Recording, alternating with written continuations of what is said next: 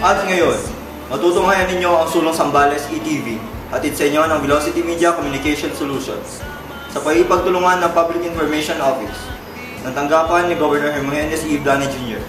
Inihahatid din ito sa inyo ng radyo natin 105.7 MHz Iba Sambales. Ibinibigay na namin ang unang segment ng ating programa, ang Sambalitaan, nakalipunan ng mga balita sa linggong ito. Kasama natin sina Ivy Dinyoso at Lynn Rillo. Magandang araw po, ito po si Ivy Dinyoso. At ako naman po si Lynn Rillo na maghahatid sa inyo ng mga balita dito sa Sambalitaan ng Sulong Sambales ETV. Sa ating headline, Governor Ebdane nag-guest sa launch ng Agri-Pinoy, Radyo ng Masinloc. PPDO, pinulong ang mga MPDC para sa Synchronized Provincial Plan. Mining policy sa Sambales ipinaliwanag ni Ebdane. Bagong sistema ng personal evaluation ipatutupad ng CSC. Covered court sa Pagatpat, Santa Cruz, pinasinayaan. Isang covered court pa rin sa San Antonio, pinasinayaan. Mga bagong halal na opisyal ng barangay, nanumpana. Governor Ebdane nagbisita barangay sa San Antonio. Master plan para sa fishery post-harvest facilities, inihahanda. Pangalawang grupo ng mga taga Papua New Guinea magsiseminar sa Poge. First Mayor June Ronstadt Ebdane Cup sa circuit racing, idinaos. At para sa ating espesyal na balita, empleyado ng Kapitolyo nangalap ng tulong para sa mga biktima ni Yolanda. Yan po ang mga balita mamaya sa ating pagbabalik.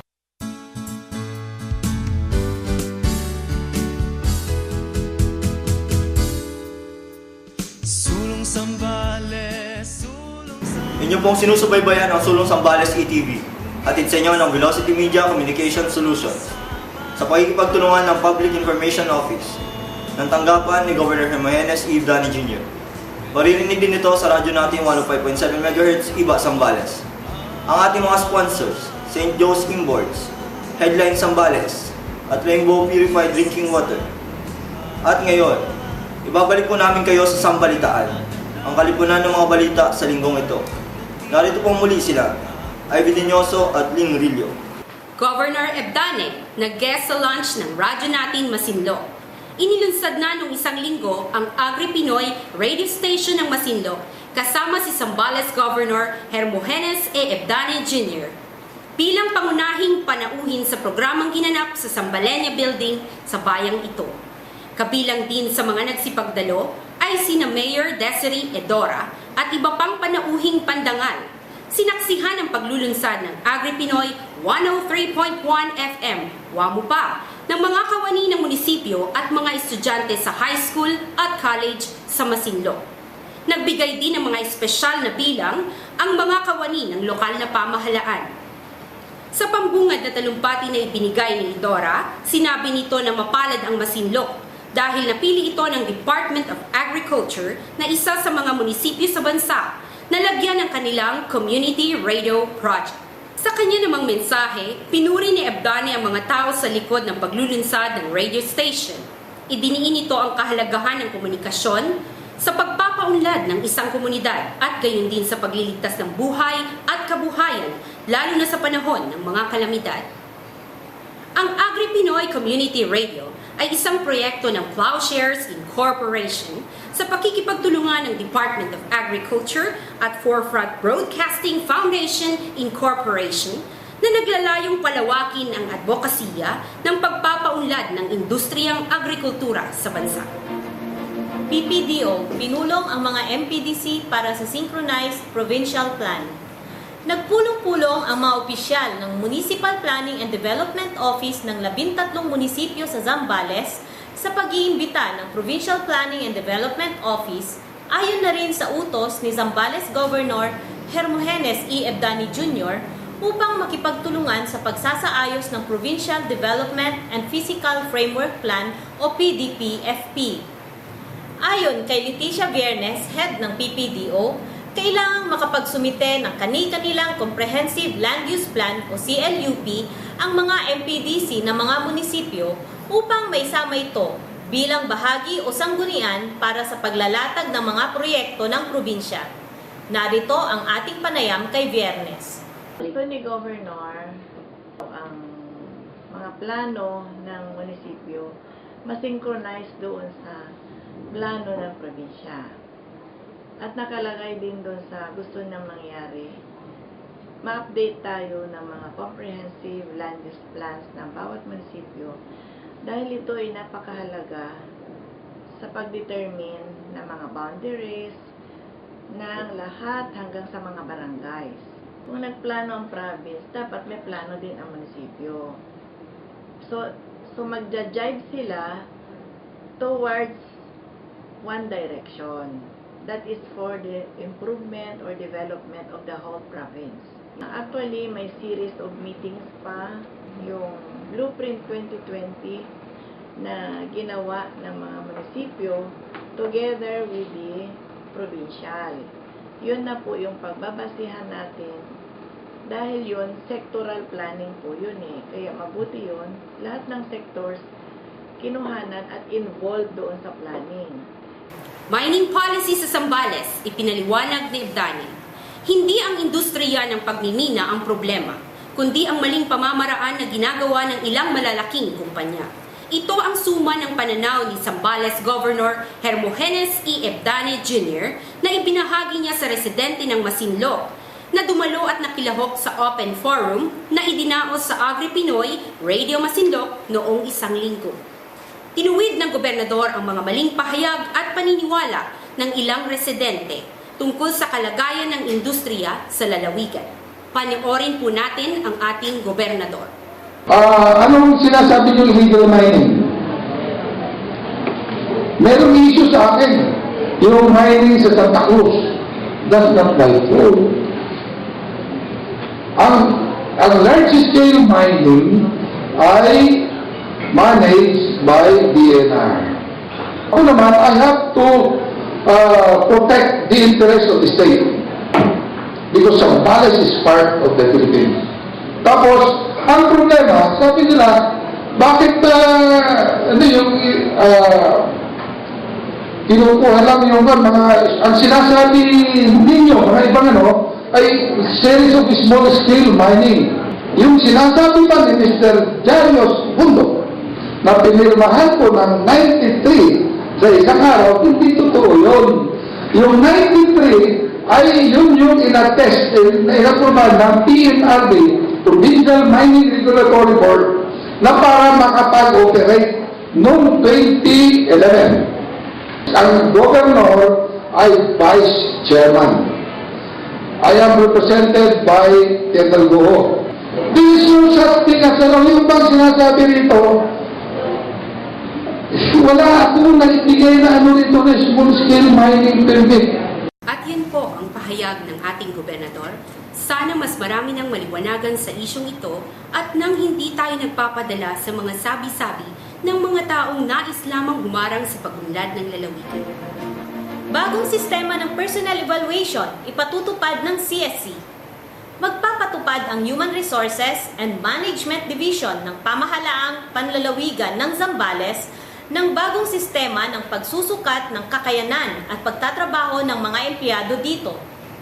Ayon kay Gamelia Datugan, puno ng HRMD, ang hakbang ay alinsunod sa mga patakaran at pulisiya ng Civil Service Commission. Sa tingin ko, mas maganda at mabisa itong bagong evaluation mechanism ng Civil Service Commission. Kasi incorporated ito ang method na mas exact ang measurement ng performance ng empleyado. Tulad ng nabanggit ko kanina, medyo hindi reliable ang lumang performance evaluation system namin. Ang advantage nitong bagong SPMS, mas mag-motivate pa ang mga kawani na nagtatrabaho with integrity, efficiency, and effectiveness. Maganda ito para sa pamahalaan dahil ang resulta nito ay productiveness.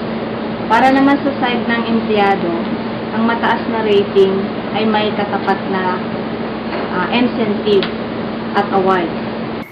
Sinabi rin ni Datugan na hindi naman marahil maipapasunod ng agaran ang sistema ng evaluation dahil katatapos lamang ng seminar workshop na ibinigay ng mga facilitators ng Civil Service Commission. Covered court sa Pagatpat Santa Cruz na pasinayaan.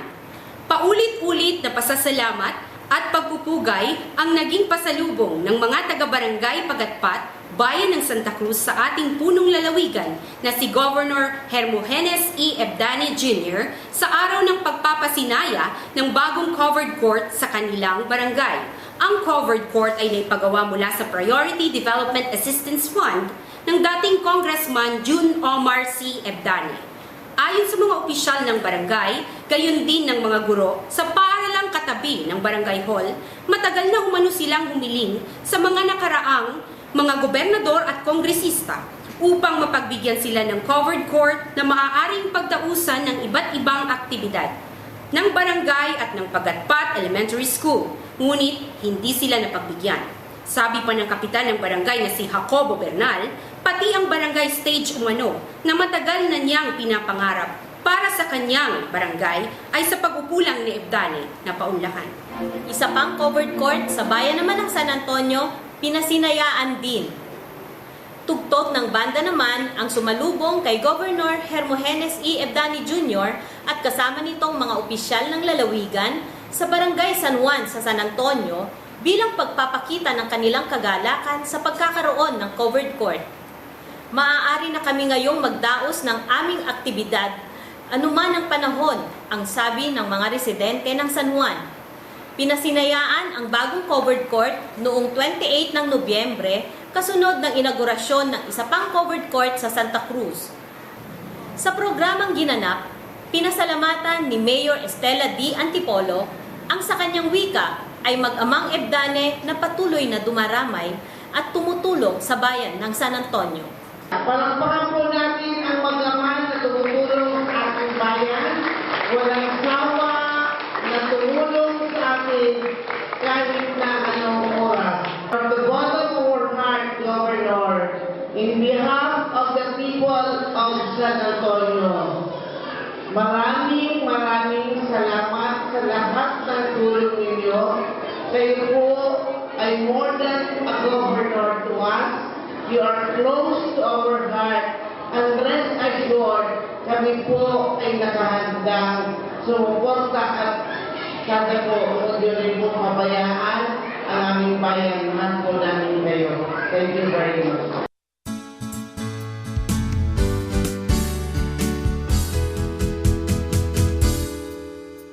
Sulong Sambales, sulong Sambales. Inyo pong sinusubaybayan ang Sulong Sambales ETV, hatid sa inyo ng Velocity Media Communication Solutions sa pakikipagtulungan ng Public Information Office ng tanggapan ni Governor Hermogenes E. Ebdane Jr. Maririnig din ito sa radyo natin 105.7 MHz Iba, Sambales. Ang ating mga sponsors, St. Joe's Imports, Headline Sambales, at Rainbow Purified Drinking Water. At ngayon, ibabalik po namin kayo sa Sambalitaan, ang kalipunan ng mga balita sa linggong ito. Narito pong muli sila, Ivy Dinyoso at Ling Rillo. Mga bagong halal na opisyal ng barangay, nanumpa na. Kulang-kulang 2,000 mga bagong halal na opisyal ng barangay dito sa Sambales ang sabay-sabay na nanumpa kay Governor Hermogenes E. Ebdane Jr. noong Martes 26 ng Nobyembre sa Kapitolyong Bayan ng Ipa. Ang mga nanumpa ay ang mga kandidatong nanalo sa nakaraang synchronized barangay elections noong October 28. Ang 230 na mga barangay captains at 1,610 barangay kagawads ay iprinisinta ni Provincial Director Army Bactad ng Department of Interior and Local Government kay Ebdane. Sa kanyang mensahe, inilatag ni Ebdane ang kanyang mga plano at pangarap para sa mga barangay ng Sambales at nanawagan siya sa mga bagong opisyal na palakasin at pagtibayin ang galing at talino ng bawat namumuno sa barangay. Nanawagan din si Ebdane sa mga nanumpa na maging matatag na pundasyon ng kanilang mga komunidad at manilbihan ng may pagtitiwala, pagkakaibigan at pagmamahalan sa isa't isa. Mga kapwa ko lingkod bayan, ito ang nais kong pagtunan ng pansin sa loob ng 3 taon. Palakasin at pagtibayin ang galing at talino ng bawat mamumuno sa barangay. Nais kong bigyan pansin ang pagpapaunlad ng inyong pamamahala sa inyong barangay sapagkat naniniwala akong kung ang leader ng isang barangay ay may paninindigan may pagmamalasakit at may pagmamahal sa kanyang nasasakupan, siguradong walang suliraning hindi maluntas, walang programang hindi magagawa, at walang alitang maghihiwalay sa bawat miyembro ng barangay. Governor Ebdane nagbisita barangay sa San Antonio. Ilang araw lamang pagkatapos ng panunumpa ng mga bagong opisyal ng barangay kay Governor Hermogenes E. Ebdane Jr., kung saan nangako ang huli ng kanyang suporta at pakikipagtulungan upang mapaunlad ang mga komunidad sa lalawigan, bumisita ang gobernador sa ilang barangay sa San Antonio upang madinig at malaman ang kani-kanilang pangangailangan. Sa kanyang pagbisita, nakita ng punong lalawigan ang mga pangunahing proyekto na dapat isagawa at karamihan sa mga ito ay ang pagkukunin sa ilang mga nasisira na o hindi matapos-tapos na barangay hall. Nakipagpulong din ang gobernador sa mga lider ng mga barangay upang tulungan silang hanapan ng solusyon ang mga problema at isyong kanilang kinakaharap. Ang swerte naman ng mga barangay sa San Antonio, kahit na hindi nanalo ang dating Congressman June Omar Ebdane, tuloy pa rin siyang tumutulong sa mga Sambalenyo, di ba partner? Master plan para sa fishery post-harvest facilities inihahanda. Isang smokehouse para sa paggawa ng tinapa at isa pang pasilidad para sa pagproseso ng isda ang ipagkakaloob sa sambales ng Bureau of Fisheries and Aquatic Resources o BFAR. Ito ang ipinahayag ni Reynaldo Riolio, aquaculturist ng Provincial Agriculture Office, sa isang panayam sa Sulong Sambales ETV. Ayon kay Riolio, 2 smokehouse na nagkakahalaga ng 15,000 pesos bawat isa ang ipagkakaloob sa mga mapipiling fisherfolks organization base sa pagsusuri na gagawin ng BFAR. Bukod pa rito, magkakaloob din ang BFAR ng isa pang fish processing facility sa ilang komunidad na ang pangunahing ikinabubuhay ay ang pangingisda. Ang proyektong ito ay makakatulong upang hindi masayang ang mga sobrang huli. Maitaas na rin ang value ng ating mga isda dito sa Zambales at maiwasan ang mga spoiling. Magkakaroon ng alternative income ang mga fisher folks natin. At dahil sa proyektong ito, tataas ang kanilang mga kita. Sabi ni Riolio sa kanyang panayam. Sinabi rin ni Riolio na bukod sa mga bagong pasilidad, marami na rin iba't ibang uri ng suporta ang naibigay ng pamahalaan sa mga mangingisda ng lalawigan. Nagugat ito simula ng bigyang prioridad ng administrasyon ni Governor Hermogenes E. Ebdane Jr. ang pagpapaunlad ng industriya ng pagsasaka at pangingisda. Bukod sa pasilidad, magbibigay pa rin ng mga pagsasanay ang BFAR sa mga interesadong Sambalenyo sa mga sari-saring pamamaraan ng pagpoproseso ng mga huling isda. Pangalawang grupo ng mga taga Papua New Guinea magsiseminar sa Poge. Ang pangalawang grupo ng mga taga Papua New Guinea ay dumating dito sa Zambales noong November 29 upang pumasailalim sa pagsasanay sa POGE o People's Organization for Global Excellence. Ang mga Papuan na mga mamamayan ng Autonomous Region of Bougainville ay narito upang pag-aralan ang sistema ng pag-oorganisa sa POGE at mai-apply ito sa kanilang bansa. Ayon kay Governor Hermogenes E. Ebdane Jr., ang pagsasanay ay ayon sa napagkasunduan ng gobernador at presidente ng Bougainville na si John Moniz, pagkatapos malaman ng huli ang tungkol sa proyekto ni Ebdane upang mapaunlad ang mga katayuang pang-ekonomiya ng mga residente ng Zambales. First Mayor June Ronstadt Ebdane Cup sa circuit racing idinaos. Nangunguna ang ZSR June Ebdane Racing Team ng Zambales sa katatapos lamang na Mayor June Ronstadt Ebdane Cup sa circuit racing na idinaos sa harap ng Kapitolyo noong nakaraang linggo. Ayon kay Randall Ferrer, organizer ng palaro, mahigit sa 30 riders ng motorsiklo mula sa Bulacan, Bataan, Pampanga, Maynila, Pangasinan, Olongapo City at Subic Bay Freeport Zone ang dumating upang makipagkarera sa mga riders ng Zambales. May 5 kategoryang hati ang ginanap na karera at narito po ang mga resulta ng kompetisyon. Champion sa 100 to 125 SS, Donald Acapel ng Team Subic Golf. Sa scooter stock, nangunguna naman si Aris Olazo ng Max Speed, na siya ring nagwagi sa 160 Scooter Open. Sa 100 to 125 SS Novice, Edward Tamodra III ng ZSR June Ebdani Racing Team. Si Tamodra pa rin ang nanalo sa 150 SS Expert. Empleyado ng Kapitolyo nangalap ng tulong para sa mga biktima ni Yolanda. Isang empleyado ang nanguna sa pangangalap ng tulong para sa mga biktima ng Super Typhoon Yolanda at nakapag-ipon ng mahigit 30 sako ng used clothings, 13,000 cash at mga karton ng bottled water at instant noodles. Si Abby Abad, Administrative Officer ng Human Resources and Management Division ng tanggapan ng gobernador, ay unang lumapit sa kanyang mga kapwa-empleyado sa Kapitolyo at humingi ng tulong para sa mga biktima ng nakaraang kalamidad na nagwasak ng maraming pamilya at kabuhayan sa gitnaang Visayas. Siguro po, hindi naman po natin kailangan ng rason para tumulong sa kapwa. Gaya nga po ng sinasabi nila, hindi po natin kailangan ng bagyo para tumulong. Kasi po katulad po ang Red Cross, palagi po silang nandyan.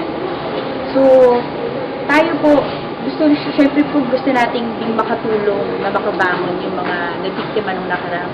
Ano lang naman po, initiative lang po. Actually, yung sa water bottles po, gusto ko lang tulungan din yung a friend of mine, siya po ang nag-head ng relief operation sa Ateneo. So, she asked for my help with regards sa water bottles na yun nga, na-distribute na last week.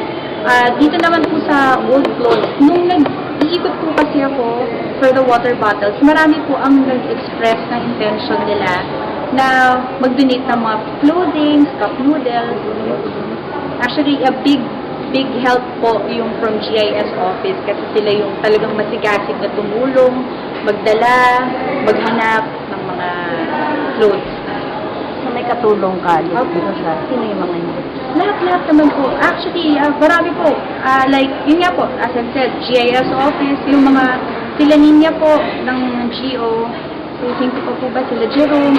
Nakita ko po kasi yung post ni Matt sa Facebook na he wanted to help. So, tinap ko po yung help nila. Tapos doon na po nag-start hanggang sa word of mouth, marami nang nagdala. Ang Candelaria District Hospital, nakaipon po sila but they don't know how to, kung saan ibibigay. So, nag-offer po ako na pwede natin i-consolidate, sabay-sabay na lang natin i-perform sa Red Cross. Ang mga naipon na donasyon ay ipinamahala naman ni Abad sa Zambales office ng Philippine National Red Cross. Nagpasalamat at pinapurihan naman ng Red Cross ang katangi-tanging kawani ng Kapitolyo. Ang sabi ko po tungkol sa ginawa ni Ma'am Abby, ito po yung malaking tulong sa mga nangailangan ng mga tao sa Nasarata sa biktima ng bagyong Yolanda. Kaya nagpapasalamat kami ng marami dahil Red Cross yung pinagkatiwalaan niyang ibigay yung donasyon para makarating ito sa mga biktima ng bagyong Yolanda. At iyan po ang mga balita para sa linggong ito na hatid sa inyo ng Zambalitaan. Susunod na po ang ikalawang bahagi ng ating programa, ang Zambalitaktakan. Patuloy niyo po kaming subaybayan. Ito po si Lynn Rillo. At ito si Ivy Dinioso, nagpapasalamat sa inyong pagtangkilik sa Sulong Sambales ETV. Hanggang sa mga susunod na episode, magandang araw!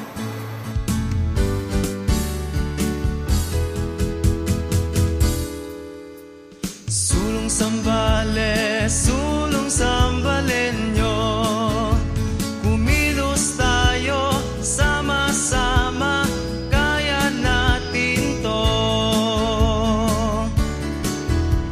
Galing ng Sambalenyo,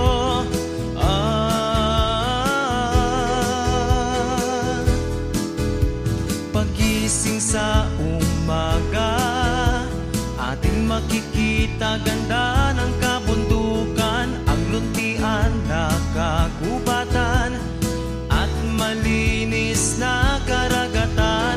Manggang kay tamis, kay sarap kainin, gulay at prutas mula sa bukirin, sariwang hangin kay sarap langapin mula sa baybayin.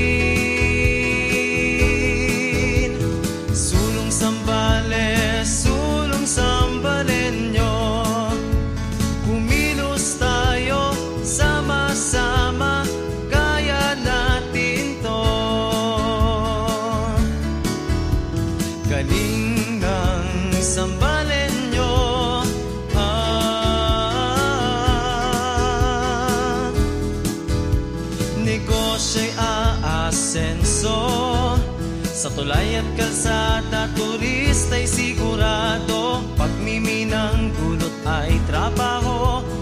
Yaman ng Zambales, pakita sa mundo, galing ng kabataan, husay ng mamamayan. Sa tiyaga at sipag, tiyak makakamtan, tayong Sambalenyo, makakalikasan, maka-Diyos, makabayan.